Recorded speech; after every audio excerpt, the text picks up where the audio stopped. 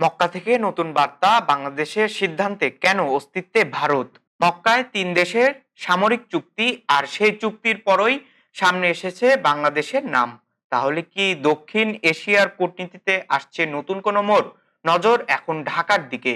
Saudi আরব, পাকিস্তান ও তুরস্কের মধ্যে স্বাক্ষর হয়েছে মক্কা যৌথ প্রতিরক্ষা চুক্তি।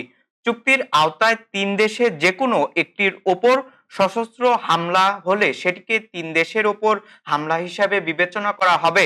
তিন দেশে অবশ্য বলছে কোনো নির্দিষ্ট রাষ্ট্রকে লক্ষ্য করে এ চুক্তি করা হয়নি।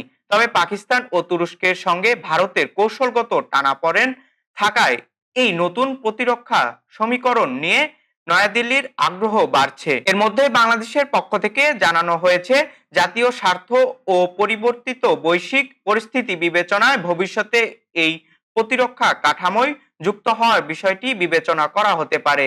তবে গুরুত্বপূর্ণ বিষয় হলো, বাংলাদেশ এখনো এই চুক্তির সদস্য নয়। বাংলাদেশের শেষ পর্যন্ত মক্কা চুক্তিতে যোগ দিলে বদলে যেতে পারে দক্ষিণ এশিয়ার কৌশলগত হিসাব। এতে ভারত বাংলাদেশের সম্পর্কের ওপর কি প্রভাব পড়বে, আর ঢাকার পরবর্তী পদক্ষেপই বা কি? এই উত্তরই এখন সবচেয়ে বড় কৌতূহল।